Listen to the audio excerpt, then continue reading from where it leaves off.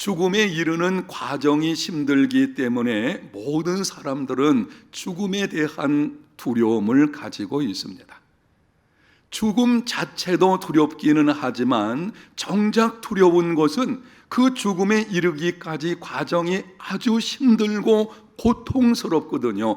그래서 우리는 죽음이 찾아올 때에 두려워하게 되는 것입니다.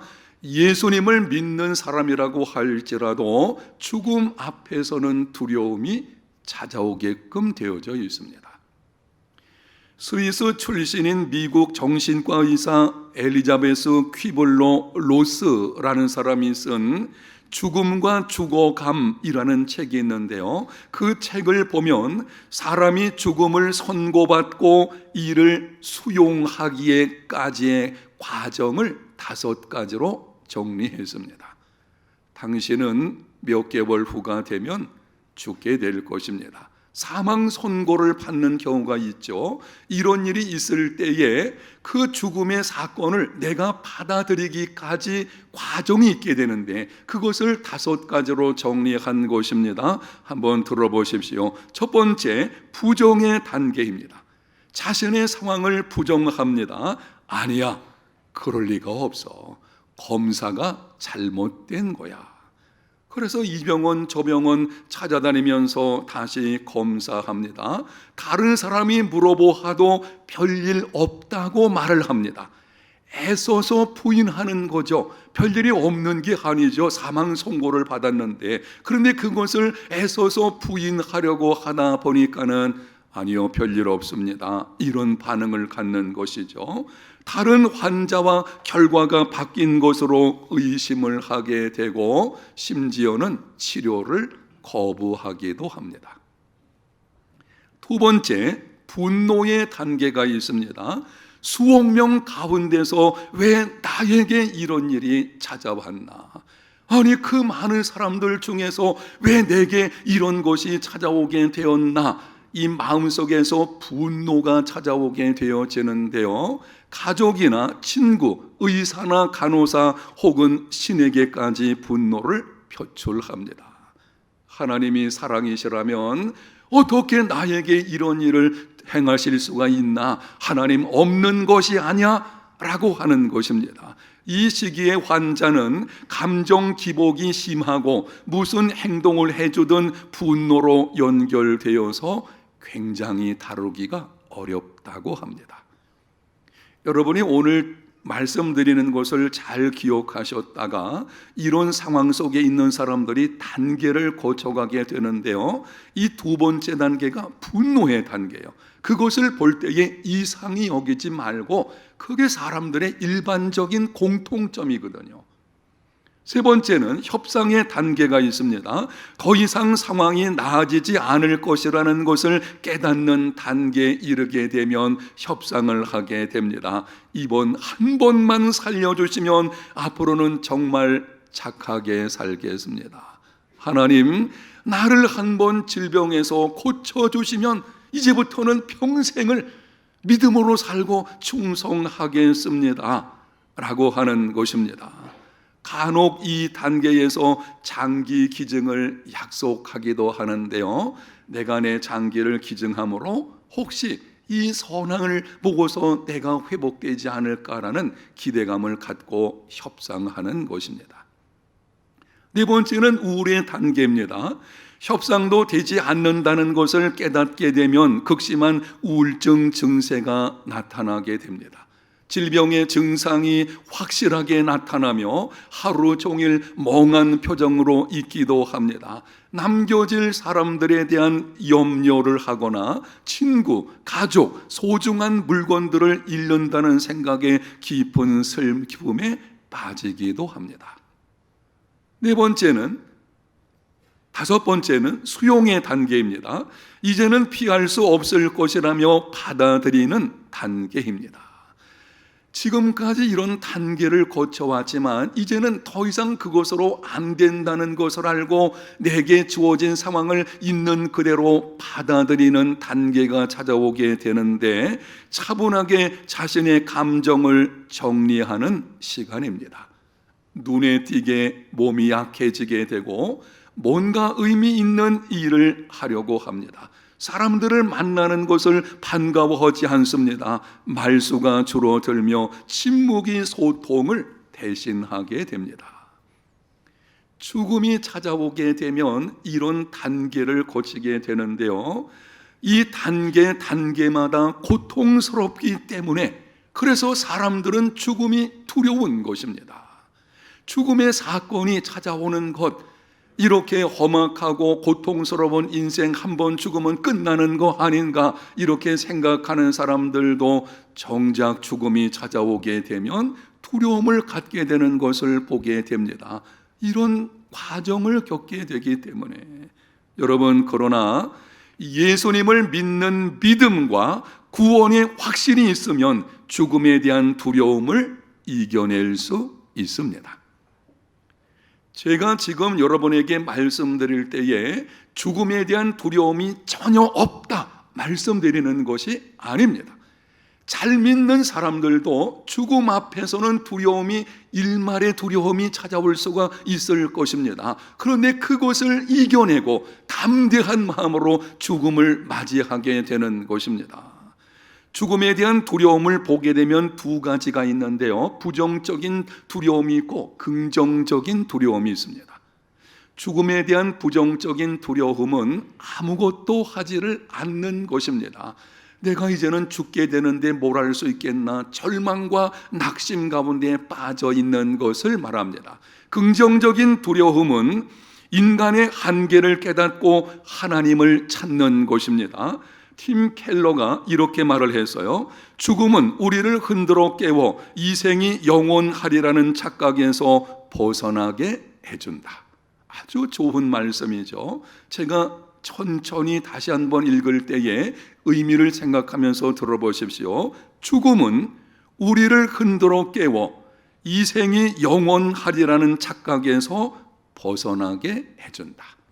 지금까지는 내 인생 내 마음대로 살며 이 땅이 전부인 것으로 생각을 했습니다. 그런데 죽음이 다가오게 되면 그때는 알게 되어지죠. 이 땅에서의 삶이 전부가 아니구나.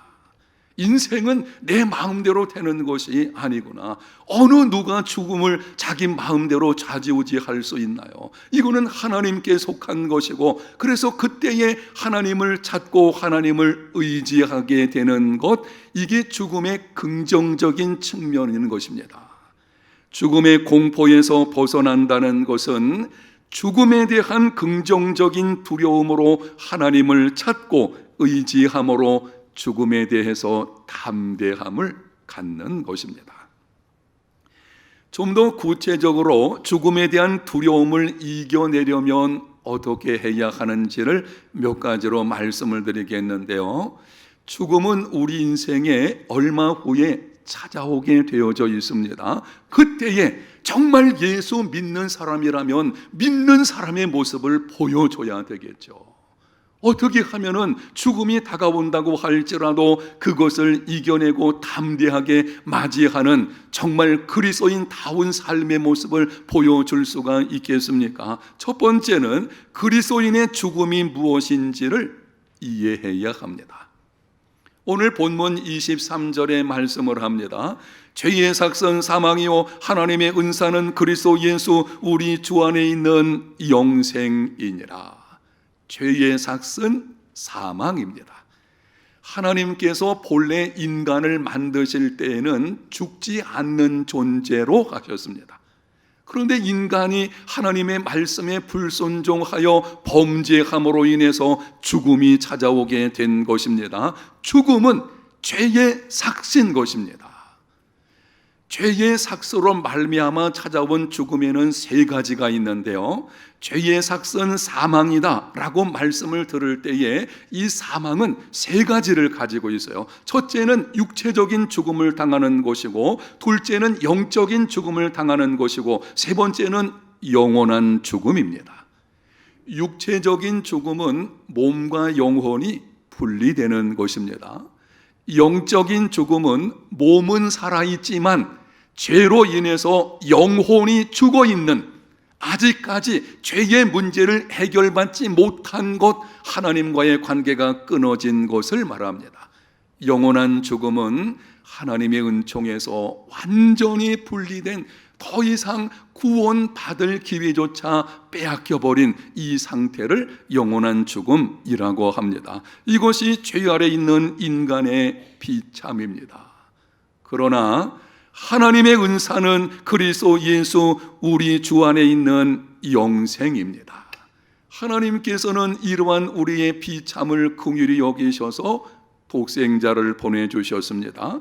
독생자 예수 그리스도께서는 우리의 죄와 죄의 비참을 대신 담당하시려고 십자가 죽음에 자신을 내어주셨습니다.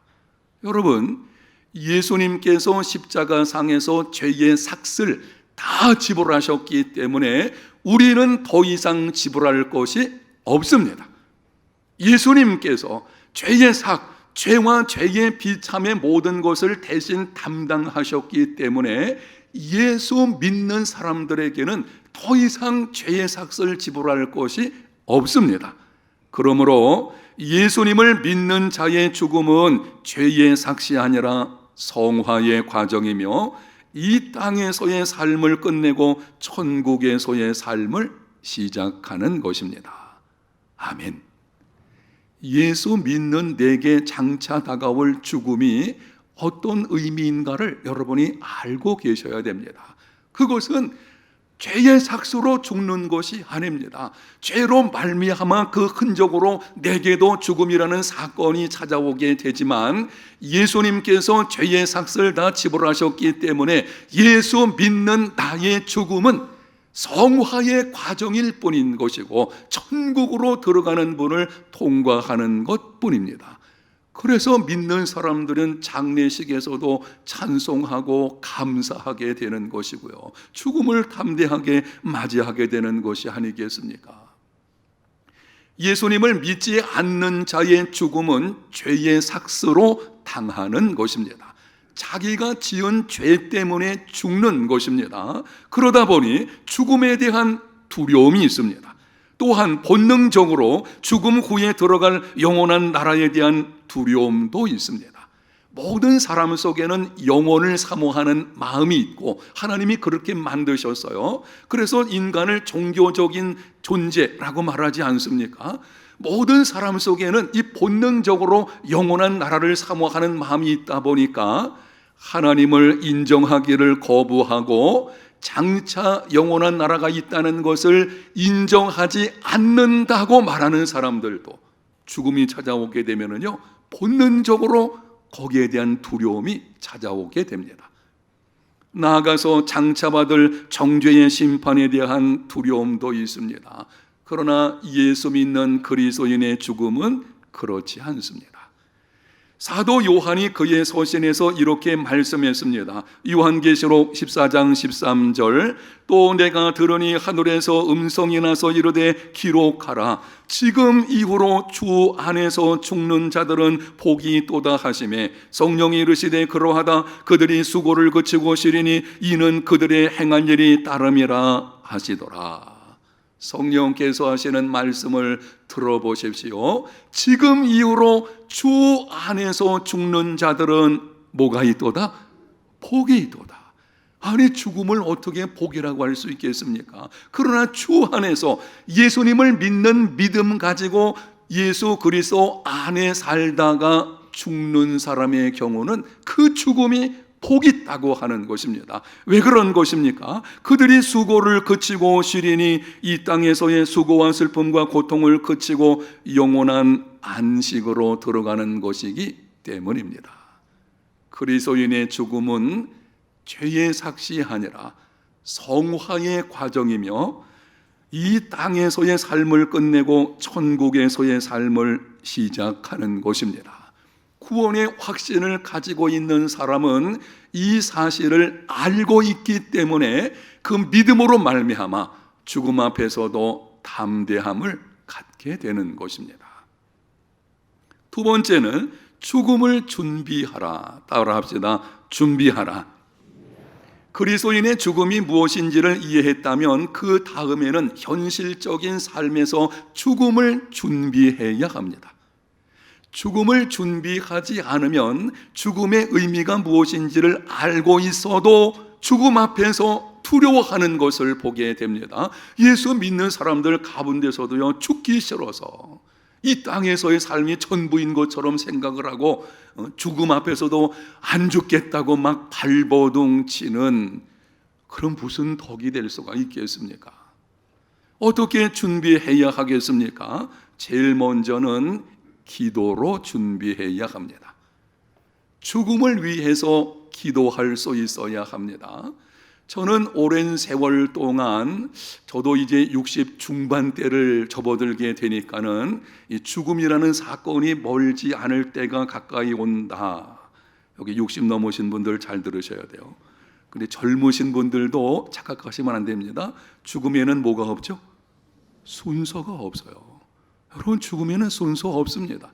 언제 어느 때 하나님께서 불러가실지 아무도 알 수 없어요. 그래서 준비해야 되는데, 제가 이 오랜 세월 동안 인생의 걸음을 걸어가면서 수많은 죽음의 사건들을 보게 되었는데요, 그때에 정말 죽음을 위해서 기도해야 되겠다라고 생각한 경우, 저희 가족의 이야기 두 가지만 잠시 말씀드리면 이렇습니다.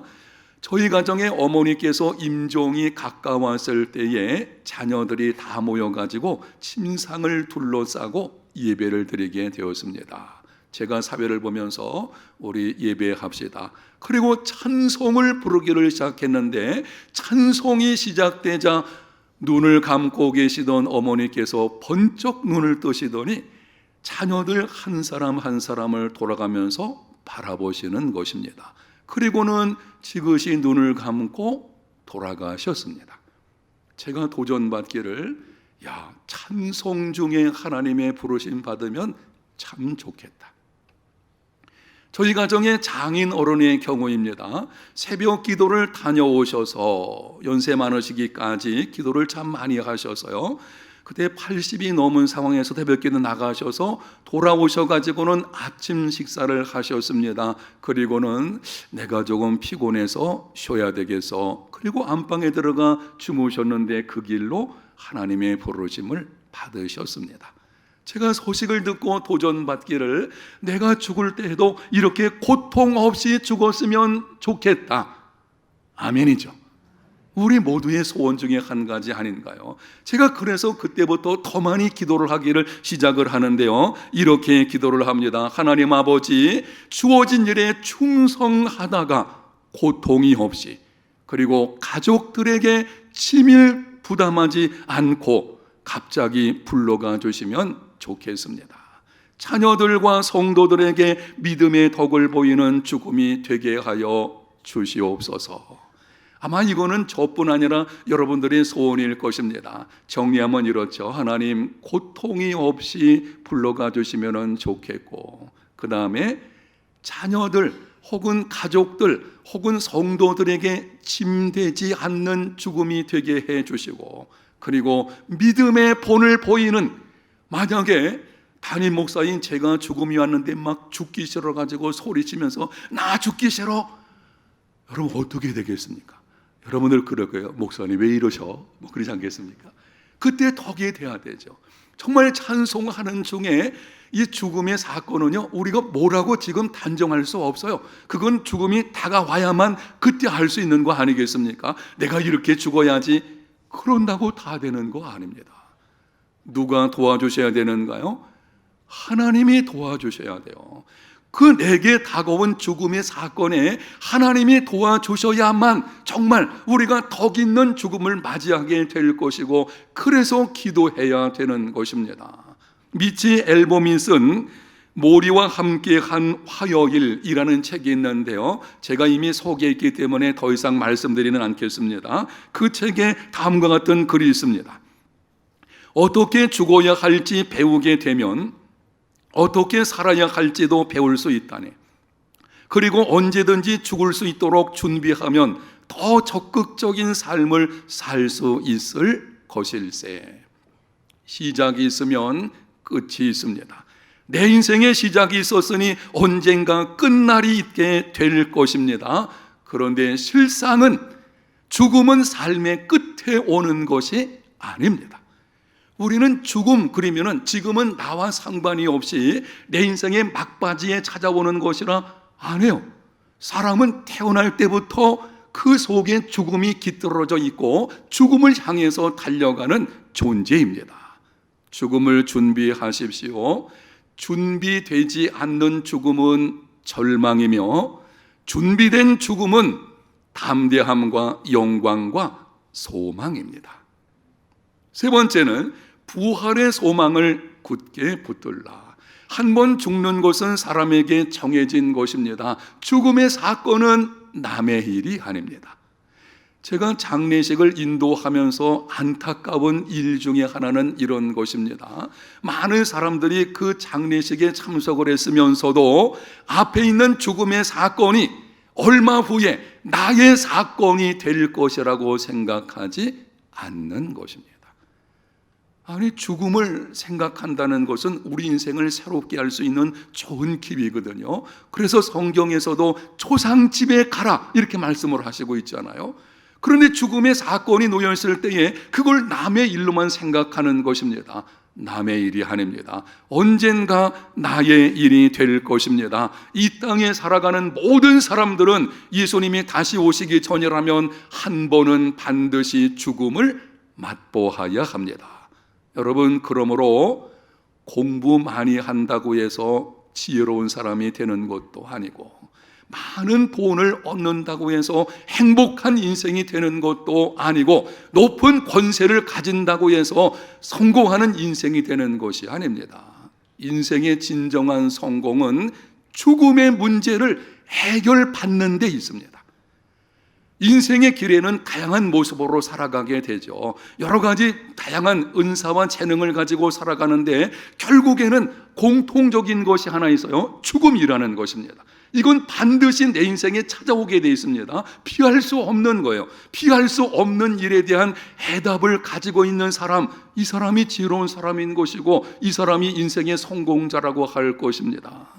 어떻게 하면 죽음의 문제에 대한 해답을 얻을 수가 있겠습니까? 예수님께서 말씀하셨습니다. 요한복음 11장 25절과 26절입니다. 나는 부활이요 생명이니 나를 믿는 자는 죽어도 살겠고 무릇 살아서 나를 믿는 자는 영원히 죽지 아니하리니 이것을 내가 믿느냐. 따라합니다. 나를 믿는 자는 죽어도 살겠고, 성자 하나님이신 예수 그리스도께서 하신 말씀입니다. 나를 믿는 자는 죽어도 살겠고, 여기에 죽음의 문제에 대한 해답이 있습니다. 죽음의 문제에 대한 해답은 죽느냐 사느냐의 문제가 아닙니다. 다 죽게 되어져 있어요. 해답은 내가 죽어도 다시 살게 되느냐, 생명의 부활로 나오게 되느냐라고 하는 것입니다. 예수님을 믿는 사람은 죽는다고 할지라도 예수님께서 다시 오시는 그날에 생명의 부활로 나오게 될 것입니다. 예수님 다시 오시는 그날까지 살아남은 자는 죽음을 맛보지 않겠지만 호련히 그 몸이 신령한 몸으로 변화, 이 새로운 부활의 몸이라고 할 수 있겠죠. 그 몸으로 변화가 이루어지게 될 것입니다. 죽음의 문제는 죽음을 이기고 부활하신 예수 그리스도를 믿음으로 해결되는 것입니다. 확인하면서 묻겠습니다. 정직하게 대답을 해보시면 좋겠습니다. 여러분은 예수 그리스도께서 나를 위하여 십자가에 죽으시고 3일 만에 부활하신 것을 믿습니까? 여러분은 예수 그리스도를 구세주와 주님으로 영접했습니까? 그렇다면 여러분은 이미 죽음의 문제를 해결받은 사람입니다. 아멘. 예수 믿는 사람은요, 내가 받은 구원 속에 예수 그리스도께서 부활하실 것처럼 부활한다는 것이 포함이 되어 있어요. 부활이, 생명의 부활이 내게 받은 구원에 포함되어 있다는 것, 이 분명한 사실을 알고 부활의 소망을 굳게 붙드십시오. 죽음의 두려움을 이겨내게 될 것입니다. 구원의 확신이 있는 자는 죽음의 공포에서 벗어나게 됩니다. 이러한 삶이 되시기를 축복합니다. 기도합니다.